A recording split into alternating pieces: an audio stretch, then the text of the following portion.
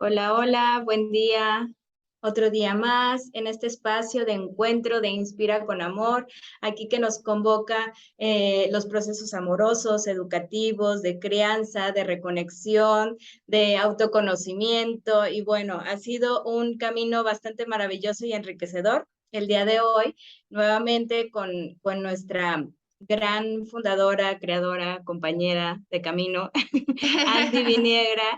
Estamos muy Hola. orgullosas y muy encantadas de estar otra vez aquí, compartiéndoles el día de hoy eh, unos temas maravillosos que es la pedagogía Waldorf y la pedagogía Montessori. ¿Cómo es el punto de encuentro?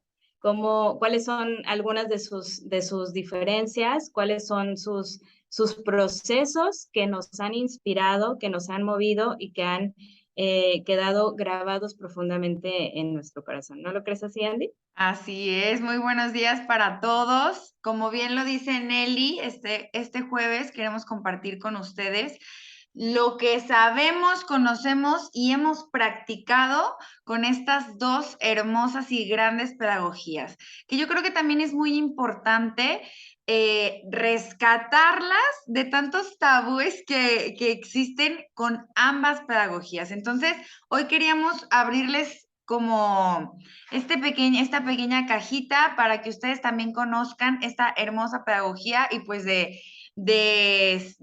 que les guste, de ser así, que lo formen parte que lo apliquen en casa o que vamos a ver qué curiosidades les van haciendo hablando sobre estas dos hermosas pedagogías. Justo eso que dices del tabú es bastante interesante porque creo, cabe señalar aquí que lo tenemos como muy marcado como no hay límites, no hay estructura, hay demasiada libertad. eh, Sí. no sé, como que existe esta duda y cuando entras a este proceso te das cuenta de que la estructura no viene de afuera, sino que empiezas a reconocerla desde adentro.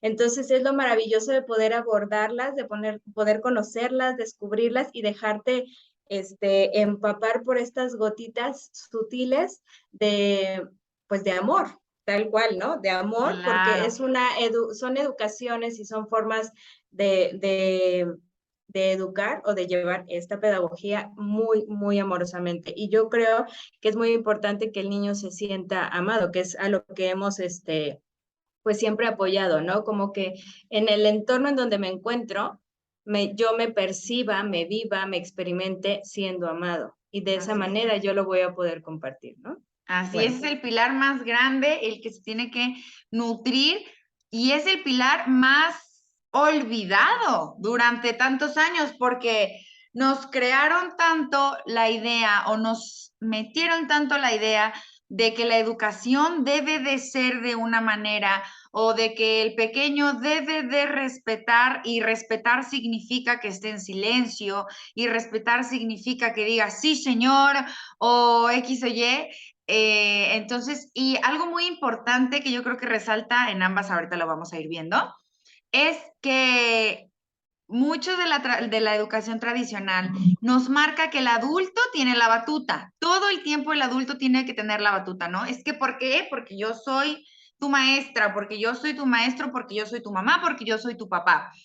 Y aquí, estas dos, ahorita lo vamos a ir descubriendo, nos van como ayudando a quitar esa venda de los ojos y decir, bueno, en realidad el enfoque debe de ser el niño. Él, déjalo que explore, déjalo que vaya conociendo, tú vas a estar ahí para cuando él voltee y diga, ¿y esto qué es? O ¿y esto cómo se juega? O esto cómo. Entonces yo creo que rompe con lo tradicional y eso me fascina. A mí me vibra, me emociona, de verdad hasta me emociona dejar en el olvido esas escuelas y esas educaciones que, que son poco amorosas, así bien como tú lo dijiste. Entonces, bueno, pues vamos a comenzar hablando sobre el origen de ambas. Como toda teoría, como toda práctica, como cualquier cosa, inicia por una persona.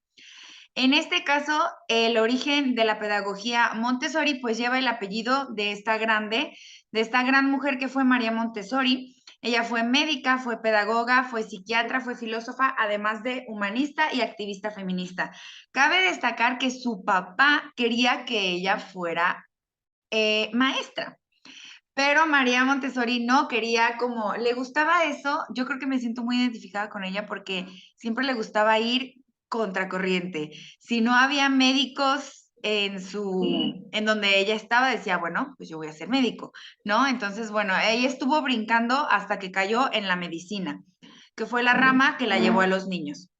El método Montessori se caracteriza por promover un ambiente preparado, ordenado, estético, simple, real, donde cada elemento tiene su razón de ser en el desarrollo de los niños. Ojo, esto es muy importante porque luego estamos muy acostumbrados que en las aulas de clase vemos así de ¡pum! Los colores, ¡pum! Las figuras geométricas, ¡pum! Los números, todo así, pa, pa, pa, pa, pa, pa. Y a veces es de que no ponle más cosas a tu salón porque van a venir los papás a la junta y se ve muy pelón y métele ahí las efemérides y métele por allá los monitos y métele. Y María Montessori decía, cosa que vaya a ver en tu salón tiene que tener una razón de ser, una justificación y obviamente no para el adulto, sino para el niño. Donde cada elemento tiene su razón de ser, es el punto al que estábamos resaltando, en el desarrollo de los pequeños. En un aula Montessori se integran edades agrupadas en periodos de 3 años. Esto también es fascinante, que también creo que lo comparte la pedagogía Waldorf, si no me equivoco. Entonces, María Montessori, empieza a ver cómo ella en el área médico veía que los niños empezaban a desarrollarse en pares, ¿no? Luego de repente los chiquitos querían estar con los grandes o aprendían en conjunto, en equipo, y también veía ella carencias, no solamente, bueno, ella resaltaba, bueno, es que sí hay carencias, pues, médicas, o sea, hace falta, los niños estaban, pues todos tenían algún tipo de enfermedad, pero decía, más allá de eso, había carencia académica, a pesar de que eran niños de que asistían a las escuelas. Entonces ella empezó a desarrollar materiales en base a las necesidades que ella iba viendo en cada uno de los niños. ¿Qué materiales utilizaba? Lo que ella tenía a su alcance. Vidrio, papel, utilizaba plástico, utilizaba palos de madera y la madera pues es como que después se fue transformando en una de las Base, ¿no? de las bases de todos sus materiales. Entonces, bueno, los niños estaban, sí, agrupados en periodos de 3 años, lo que promueve naturalmente la socialización, el respeto y la solidaridad. Su amor por la infancia destacó en primera instancia por los niños más necesitados, hablando emocional y académicamente, que es lo que yo decía, que ella, fuera de que ella estaba en un principio ahí por el tema médico, le dijo, ok, sí, el tema médico se atiende, pero lo que urge es lo académico, lo emocional de estos niños. Entonces yo creo que ella rompe con muchos tabúes que siempre ha habido en la educación y empieza como a explorar un poquito más y se abre a aprender de los niños, a ella aprender de cómo ellos, los pequeños, iban dándole como las señales y ella los iba armando, ¿no? Bueno, pues, qué aportes dio esto al cambio en la educación, ¿no? Pues transformar el ecosistema en el aula, que es lo que decía, no sé si te ha tocado, Nelly, que vayas a algunas escuelas y es como, entre más es mejor y échele y las bancas así de colores azules, rojas, verdes, y así como todo súper decorado. No sé si te ha tocado. Sí, es bastante interesante esto que comentas porque justo así yo observaba, o sea, cómo eran las escuelas tradicionales. Bueno, yo creo que muchos de nosotros estudiamos en escuelas tradicionales. Sí. ¿No? Y de repente había una súper saturación, pero gracias a esto, a mí me dio como esta curiosidad de explorar otras corrientes pedagógicas que eran estas dos, Montessori y Waldorf, ¿no? Entonces, con mis hijas me di la oportunidad de experimentar ese camino, ¿no? tanto que ellas van a escuela con base Montessori. Entonces yo desde casa también justo empecé a adaptar eso, más lo que yo había estado estudiando y demás, entonces empieza a conjugar las cosas, pero es esta saturación. Entonces me di cuenta que cuando hay mayor orden, hay más estructura, tienes una mayor libertad y está todo dispuesto, justo como dices, los elementos están dispuestos para que tú los puedas usar y cuando termines de usarlo, sepas dónde ponerlos, dónde colocarlos otra vez. Incluso puede ser en el aula de clases o puede ser en nuestras habitaciones, ¿no? Porque de repente es más fácil poner las cosas en su lugar a diferencia de cuando estamos completamente saturados o con demasiada información de colores. De hecho, en Waldorf se utilizan mucho los tonos rosas, que allá vamos también con la parte de los colores sutiles del arco iris. Es mucho esto como tratar de que en el aula o en el espacio donde estemos es como llevarla, sentir la naturaleza, ¿no? Porque incluso hay salones, bueno, en escuelas Montessori donde hay dispuestas plantas dentro del salón, colocadas armoniosamente, estratégicamente, que entren los rayitos del sol, que el niño se siente en un entorno natural. Si no están tomando la clase, por llamarlo así, fuera, en un espacio como de campo, que era mucho lo que llevaba Montessori, María, ¿no? Llevarlos a explorar a espacios donde encuentras texturas naturales, formas, la textura del árbol, las piedras, olores, si es una ramita, ¿qué hace la ramita? Puedo hacer sonidos con la ramita, o sea, como llevarte a explorar, y esto justo que dices, o sea, cómo es una compañía, ¿sí? Te acompaña en tu proceso explorativo, no tanto es como se sientan todos y ahí va la explicación, ¿no? Porque y el pizarrón sotototote como si... Y fíjate qué bonito eso que dices, el pizarrón. Yo creo que los que tengan posibilidad de meterse a investigar la pedagogía Waldorf, hay unos pizarrones maravillosos que crean con gises, con colores, o sea, pero ese pizarrón se dispone durante el cierto periodo de acuerdo a lo que se necesite, pero estoy hablando de, o sea, mínimo una semana, ¿no? Porque es un trabajo artístico. Entonces se trata como de tomar esta parte creativa, nata que tenemos todos y cada uno de nosotros y que con el paso del tiempo, si nos vamos a la educación tradicional, vamos perdiendo, porque es sentir como la incapacidad de yo poder ser creativo, de yo sentirme este artista que soy, de poder tomar acuarela, crayón, pincel, gis, todas estas posibilidades para yo poder trasvasar esto que hay en mí y llevarlo hacia afuera. Ya me fui un poquito por otro lado, estábamos hablando del aula, pero creo que ese pizarrón que está en el aula, esas plantas que están en el aula, todo dispuesto de esta manera, ayuda muchísimo, ¿no? Sí, y tocaste un tema muy importante que es el arte, que es el que ahorita vamos a ver con Waldorf, que esa pedagogía impulsó todavía más la importancia del arte en la vida de los niños. Entonces, bueno, transformar el ecosistema del aula, pues ya lo hablamos, ¿no? Como sin tantos distractores, que haya cosas que llamen la curiosidad y al alcance. Eso es algo también muy importante, al alcance de los niños. Y eso también me encantaría invitarlos a que en casita se pusieran a pensar si la agüita está al alcance de nuestros niños y es la medida en la que ellos se pudieran servir solos, porque recordemos que el regalo más grande que le podemos dar a nuestros niños es la independencia. Entonces, Montessori resaltaba muchísimo esto y esta pedagogía lo resalta, que todas las cosas estén al alcance de los niños, ¿sí? Porque si no, entonces siempre van a estar buscando al adulto, buscando... ¿Me ayudas? Necesito... Exactamente, que la finalidad es todo lo contrario. Ajá. Entonces, bueno, ahí ojo, chequen en casa si tienen cosas al alcance de los niños. A mí, yo súper recomiendo que en casa siempre haya la escobita, el recogedorcito, el trapeadorcito, el sacudidor, porque pues también es importante que ellos tengan un área y que sepan que también es importante que ellos colaboren en el espacio de limpieza, ¿no? Todas las cositas, que su vasito chiquito, que a su alcance, sus repisas, que tengan repisas en sus cuartos a su medida, ¿no?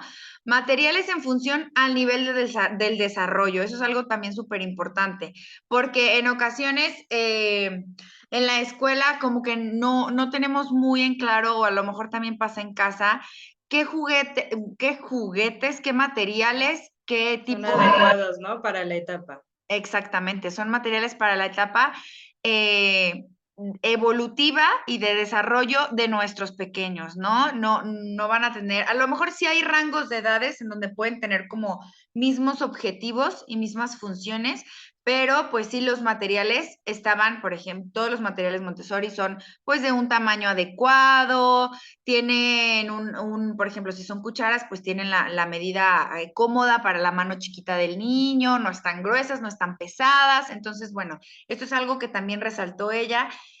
Otra cosa muy importante que Nelly y yo le hemos dicho muchísimo, aprendía y aprende esta pedagogía a través de la observación. Todo el tiempo es estar observando, yo lanzo a lo mejor la idea, yo lanzo el tema, yo lanzo la pregunta, o yo abrí con un cuento y empiezo a observar como ellos, qué es lo que empiezan ellos a resaltar y ellos van guiando la clase, ellos van por eso es por lo que cuando muchos papás así de, ellos van guiando la clase, ¿cómo? O sea, ellos hacen lo que quieren. O, o ellos hacen, me encanta la imagen de lo que piensan que es la pedagogía Montessori y se ven los niños así, todos arriba de la mesa y así, y luego dice lo que realmente es, ¿no? Y un niño haciendo relación símbolo-cantidad con los numeritos y los frijolitos, ¿no? Entonces es eso, es ir observando qué cosas le llaman la atención. ¿Por qué? Porque simplemente con que te regales 10 minutos de tú lanzar y proponer una actividad o lanzar y proponer un tema, pero de observar a tu hijo, hija, alumno o alumna, vas a ir viendo qué es lo que le interesa. Tal vez le interesan los números, tal vez le interesan los colores, las figuras, las formas. Entonces, observar es una gran característica de ambas pedagogías. Y por supuesto, el juego. Los Y niños... antes de pasar a esto que dices del juego, me gustaría rescatar esto, que dices, en realidad hay una planeación, no es que no haya estructura, es que hay una planeación detrás, pero se deja con que esto suceda con naturalidad y espontaneidad, ¿no? O sea, observar esto cómo yo, guía, me estoy sintiendo, cómo los estoy observando y ellos cómo están recibiendo la información, qué les está pasando por su cabecita, qué les está haciendo vibrar, con qué se están cuestionando y no sabemos a dónde nos va a llevar esto, pero sí hay una estructura.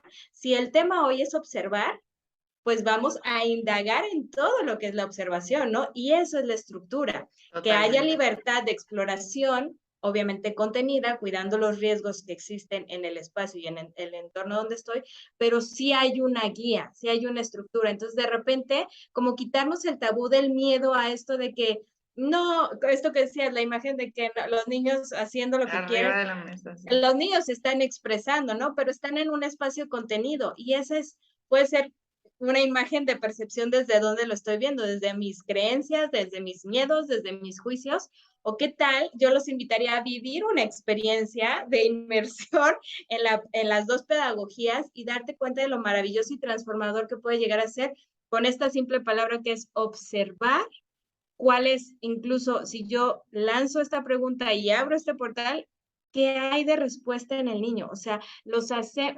hacemos tomar conciencia y reflexionar. Es Totalmente, para mí eso, ¿no?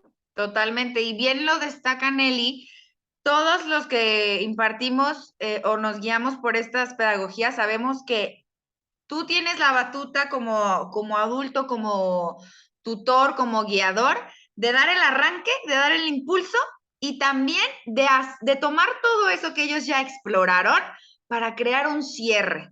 Entonces, tienes un inicio y tienes un fin, pero lo que hay entre no va a depender de nosotros, va a depender de cómo ellos vayan explorando y desarrollando el tema que nosotros queramos ver. Entonces, claro que es una pedagogía planeada, claro que las escuelas Montessori tenemos una planeación, tenemos un porqué y también sabemos las necesidades a nivel de desarrollo de nuestros peques. Entonces, y el juego, por supuesto que el juego es algo que ya deberíamos todos entender. Todos aprendemos a través del juego. ¿Y a qué vamos a jugar hoy, maestra? Me dicen todos los niños. Qué lindo. Y por ejemplo, siempre que entran al salón, yo les digo, ¿estás listo para jugar? ¿Tienes ganas de jugar? Y es como, sí, en lugar de, vamos a estudiar, vamos a trabajar, vamos a hacer tarea, ¿no? Entonces, bueno, como cambiar ese chip y darnos la oportunidad de abrirnos al juego con nuestros niños. Los materiales, pues, fueron diseñados experimentalmente dentro del aula. Es lo que a mí a veces me daba como vergüenza utilizar esta palabra, pero yo de verdad eso hacía con mis niños. Cuando yo veía o quería que aprendieran algo específico, yo experimentaba. De repente decía, voy a dejarles unos números tirados y les voy a crear una historia de que se me perdieron y que no los encuentro. Entonces, como esta palabra experimental me encanta con los niños, porque así pasa, porque es un prueba, error, ¿no? Prestando especial atención a los intereses de los niños en función de la etapa evolutiva en la que se encontraban en ese momento. El material didáctico tan famoso, pues está cuidadosamente estudiado y diseñado y permite una educación personalizada y se adapta a los intereses y ritmos de cada niño. Porque eso es algo importante. Cuando es el tiempo de los materiales Montessori, los niños son libres de tomar el material que les cause una... ¿Te llama su atención? Ajá, que me llama la atención y ahí va a estar el guiador para decirle cómo es que este material se trabaja. Porque a mí, por ejemplo, eso sí yo resalto mucho con mis peques. ¿Ya vamos a jugar? No, es un trabajo, vamos a trabajar, porque todo tiene una estructura, porque todo tiene un orden, porque tal cual como yo tomé mi material, tal cual lo voy a dejar. Sí, entonces, fuera de todo lo que dicen que es algo como desordenado, es todo lo contrario. Los niños tienen que tener un orden preciso, de verdad que así, si la jarrita estaba volteada para este lado, es como, ay, la dejé para el otro lado, y se regresan lento y en silencio, o sea, desde cómo hay normas hasta de cómo abrir tu silla, ¿no? Y yo creo que es importante, esto que dices justo es muy importante porque no es que aprendan a seguir patrones, sino que hay un guiador dentro de ellos que ya lo hicieron consciente y se hacen responsables de ellos, ¿sí? No es acomodo mi silla porque no es, hay un por qué Sí, acomodo claro. mi silla de determinada manera, porque a mí esto me va a dar orden, sé dónde están mis cosas, sé cómo tengo que estar dispuesto mi cuaderno, dónde colocar el material, porque si llega alguien más, esto también es conciencia de vivir el yo con el todo y el yo con el otro, ¿no? Si alguien Gracias. más Sí. llega a tomar el ¿Cómo lo va a material tiene que encontrar? estar limpio, dispuesto y colocado en el espacio donde es su lugar, ¿no? Todos tenemos un lugar y todo tiene un lugar. Entonces, si respetamos, o sea, ya ellos empiezan a darse cuenta de que hay un otro, no Sí, solo soy yo, porque yo puedo utilizar el juguete o puedo utilizar algún elemento del aula de trabajo personal, pero no es solo mío. Formo parte de una de comunidad y yo una creo que la comunidad. parte de comunidad es muy importante tocar ese tema porque es algo valiosísimo donde abona muchísimo esta parte de abrazar con amor la sociedad que estamos creando, la sociedad que estamos formando, estas semillas que están en proceso y la clave yo creo que es hacer comunidad, Sí. saberme yo con el todo y en el todo y con el otro también. Sí, y gracias por destacar y resaltar esto que mencionas, porque si no estaríamos cayendo en la escuela tradicional, que es como de, cierro mi silla porque yo digo que cierro mi silla y tan tan. No, tienes toda la razón, es muy importante y a mí el mejor ejemplo específicamente para las sillas que me gusta hacer con mis niños, que al cabo yo no soy teatrera ni panchera, siempre que algún alumno mío deja la silla abierta, pasaba yo y fingía que me caía y yo, ay, no, me caí, me golpeé, no sé qué, todos, Miss, ¿qué te pasa? Y yo, es que esa silla estaba abierta y todos, tenemos que cerrar las sillas porque podemos provocar un accidente. Entonces ya conocen la razón de ser y dicen, ok, no es porque la silla tenga que estar cerrada porque así lo monta el rey. O sea, no, tiene que estar cerrada. Y algo que me encantó es ver cómo, por ejemplo, el día de ayer pasó esto con las sillas y es como las niñas más grandes, acá también en Educando con Amor están los niños más grandes con los niños más chiquitos, así están mezcladitos de edad, ¿no? Entonces una de las más grandes le decía a uno de los más pequeños, le decía, mira, yo te voy a enseñar cómo cierras la silla y tienes que cerrar así la silla para no hacer ruido porque si tus otros compañeros están trabajando, los vas a incomodar. O sea, ellos solitos se iban explicando el porqué de las normas o de la estructura de su salón de clases, ¿no? Entonces, esto Es también... justo ese proceso reflexivo, ¿no? Del cual hablamos. No es nada más porque el guía, el acompañante, el adulto te dice, cierra la silla, sino hay un proceso de reflexión interno que ya viene tomando todos los factores externos y que el niño sabe, bueno, empieza a autogestionar, ¿no? Exacto, y que se convence, por así decirlo, sí, se crea como un, ok, sí, estoy de acuerdo con esto, tiene sentido en mi cabeza, tiene lógico en mí, tiene una lógica en mí, pues lo voy a promover, ¿no? Entonces lo enseña a los más pequeños, que esta es una de las finalidades. Y bueno, estos son los materiales y ahora el punto de los maestros. El docente sí, el docente debe de seguir al niño y no al revés. El punto que decíamos muy importante. Maestros o guían acompañan respetuosamente en el proceso educativo, fomentando la participación activa en el aprendizaje. Palabra clave, activa. Porque no, si queremos, el wow de las escuelas perfectas es que el niño esté sentado 8 horas en su silla, que ni ganas se den de ir al baño, o sea, no, bye, activa. Es como desarrollar su voluntad, ¿no? O sea, ayudarnos a esta escucha interna a que la voluntad viene de mí. Y entonces también estar ahí activando entre maestro y alumno esta alquimia entre los dos de, vamos, me quiero, o sea, para levantarnos de la silla necesitamos voluntad. Así Y es, esa viene de nosotros. de nosotros. A menos, si alguien nos saca de la silla con fuerza, pues nos vamos a sentir invadidos. Y eso pasa en los Totalmente. salones de clase, ¿no? Totalmente.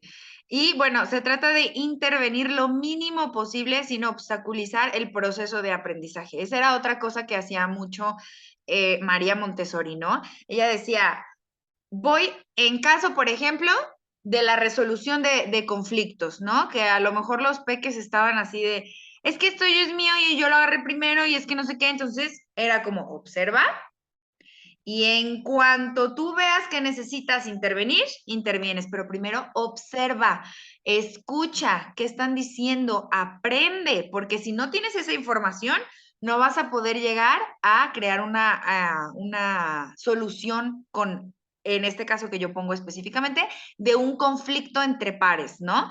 Entonces, y bueno, preparar el entorno introduce materiales y observa a los alumnos, a los pequeños. Y vámonos como a pasar a este que me encantaría que abrieras tú rapidísimo con este personaje histórico que nos regaló la pedagogía Waldorf.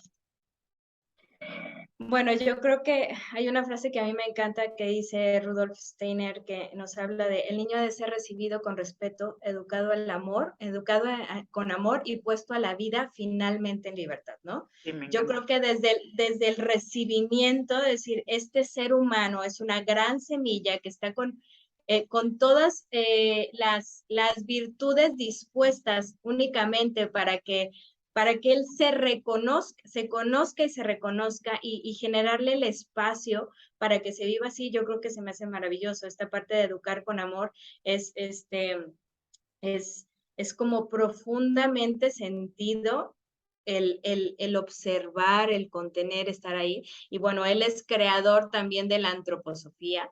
Yo recuerdo la historia de él que hablan mucho acerca de cómo empezó a crear en comunidad, es esta parte, esta palabra interesantísima que es creando comunidad entre varios niños que eran hijos de empleados, si no mal recuerdo, de una cigarrera.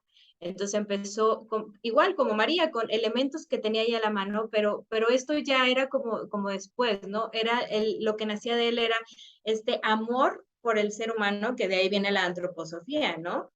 El ser humano y la sabiduría y el conocimiento que hay detrás de eso.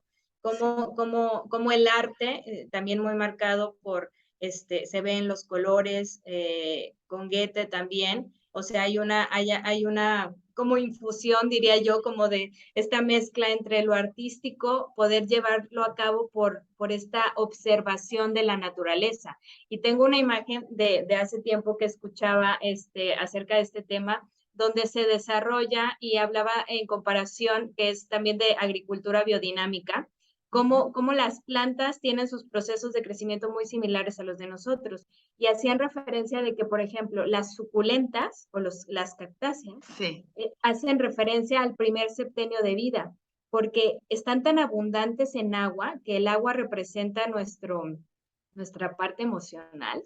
Y entonces el niño cuando es pequeño es completamente agua, ¿sí? Está embargado por esta emoción y entonces si nosotros vemos las cactáceas o las suculentas, son muy sutiles y algunas tienen espinas, es como al niño hay que tocarlo muy sutilmente, ver de qué manera voy a acercarme yo a él, ¿sí? ¿En qué proceso, en qué etapa está? Y después el segundo septenio, que también yo creo que habemos muchos en este Inspira con Amor, que tenemos personitas del segundo septenio, donde hace la referencia a las enredaderas, ¿sí? Y las enredaderas tienen que ser sostenidas por una varita. Por una red o por una varita, sí. Algo que nos guíe, y es esta autoridad amada de la cual se habla en la pedagogía Waldorf. O sea, yo necesito tener una autoridad amada, es ese guía que me va a acompañar en mi proceso de descubrimiento, ¿no? Y entonces la enredadera es esta parte del segundo septenio cuando se empiezan a desarrollar y crecen y crecen y crecen y pueden irse a muchos lugares, llegan a pero muchos lados. pero siempre sostenidos por esta autoridad amada. ¿Qué pasa cuando no hay en ese segundo septenio una autoridad amada, ¿no? Entonces, yo les invitaría también a profundizar un poquito más, porque aquí tenemos un espacio bastante corto, pero es una pedagogía hermosísima y donde me gustaría rescatar tres partes de desarrollo. Ellos se basan en septenios, que es bastante interesante porque los colores del arco iris pues son 7. De hecho, tengo una velita, ¡Ay, qué como hermosa! con esta inspiración en cuanto a la creatividad y a los septenios que vamos avanzando y evolucionando. Y hay 3 fases. Es el desarrollo corporal, que va desde los 0 a los 14 años, perdón.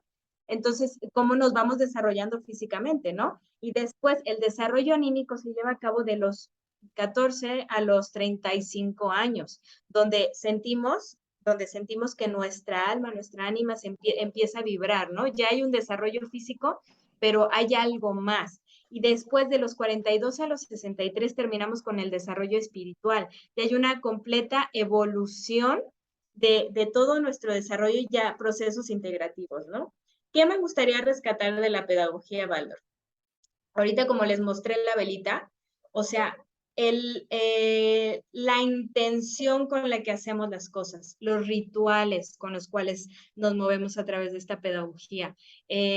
A la hora de tomar nuestros alimentos, poder encender una vela y la vela nos ayuda a tomar conciencia del proceso que vamos a llevar a cabo, a agradecer los alimentos. Si estamos en una parte, incluso cuando van a preparar los alimentos en la mesa, los niños los preparan, se sienta la comunidad alrededor, que también es por grupos de ciertas edades, o sea, no es nada más los de 7, los de 3, los de 2, sino vas haciendo un proceso alquímico entre las edades para que unos lleven a otros, ¿no? Y estimular esta parte de empatía, de ser compasivo y demás. Y bueno, están todos dispuestos a la mesa y pican el alimento que se van a llevar a la boca, ¿no? Y hacen las ensaladitas o amasan el pan y hay una velita dispuesta esto nos marca que hay un tiempo de concentración para estar en el presente. ¿Qué nos hace una vela? Nos lleva al presente. Hay que encender porque hay un fuego que está ahí latiendo y hay que observar qué es lo que está sucediendo, ¿no? También los momentos de ir, el cuento se basa mucho en los procesos de cuento como para iniciar o incentivar esta reflexión.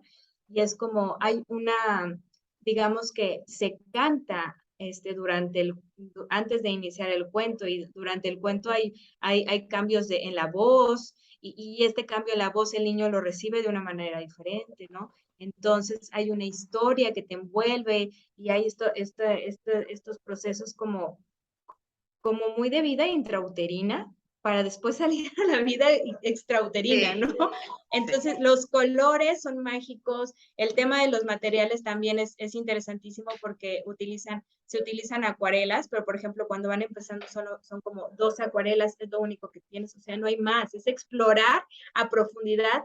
Y es esos el dos. amarillo con el rojo. Y entonces ellos empiezan a observar que hay una mezcla y hay una combinación y que sucede algo ahí con Claro. esos dos colores, ¿no? Están los crayones, y los crayones ayudan muchísimo a tener esta soltura de que se pueden entremezclar y no hay errores, en la vida no hay errores. Solo hay Así que es. observar qué pasa a través de eso que yo hago, ese trazo que voy haciendo, ¿no? Entonces, sí hay mucha estructura, sí hay mucha contención, sí hay guía, y bueno, pudiéramos seguir hablando de mucho de esto, pero a mí me gustaría rescatar cómo crecer en comunidad, cómo verme a mí, y cómo puedo ver al otro, y cómo hacemos un intercambio entre los dos y cómo formamos comunidad.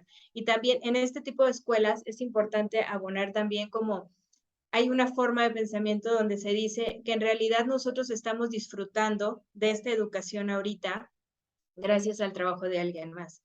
Entonces, cuando nosotros pagamos por la colegiatura de nuestros hijos que estamos pagando ahorita, creemos que se está pagando lo que se está haciendo ahorita, pero en realidad a nosotros ya pagaron la cuota, o ya hicieron la aportación a alguien más. Entonces, la que yo estoy haciendo ahorita en este momento es porque estoy aportando para una humanidad venidera, para aquella Totalmente. humanidad que viene atrás de nosotros. Estoy abonando para una humanidad con la que quiero estar y la que quiero transformar.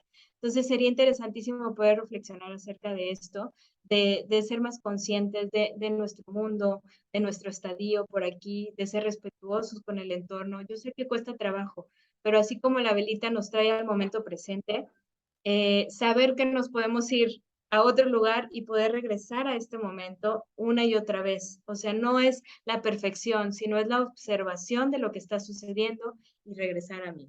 Entonces, pues Sí. yo cerraría de esta manera. Me encanta que este punto de vista de ver el tema de lo que hacemos, de las aportaciones que hacemos en las colegiaturas, ¿no? Porque sí le estamos abonando a que tal vez alguno de nuestros alumnos después ellos vayan a impartir esto que aprendieron ellos, ¿no? Entonces los invitamos a todos a seguirnos en YouTube, en Spotify, y también a compartir estas dos pedagogías que hoy hicimos como un clavadito, nos hicieron falta minutitos, pero estaremos viéndonos por aquí el siguiente jueves. Gracias, Nelly, por tu sabiduría. Gracias a todos por estar, por sostenernos, por acompañarnos. Gracias a ti, Eli, Viniegra, Andy, para mí. Gracias por estar siempre y por apoyarnos. Gracias a todos. No se olviden que Nelly va a tener un curso. Sigan Crianza Entre Flores en Instagram. No se lo pueden perder. Pónganse muy atentos en este mes de septiembre. Excelente día para todos. Gracias, nos vemos el 24 en el taller. Gracias.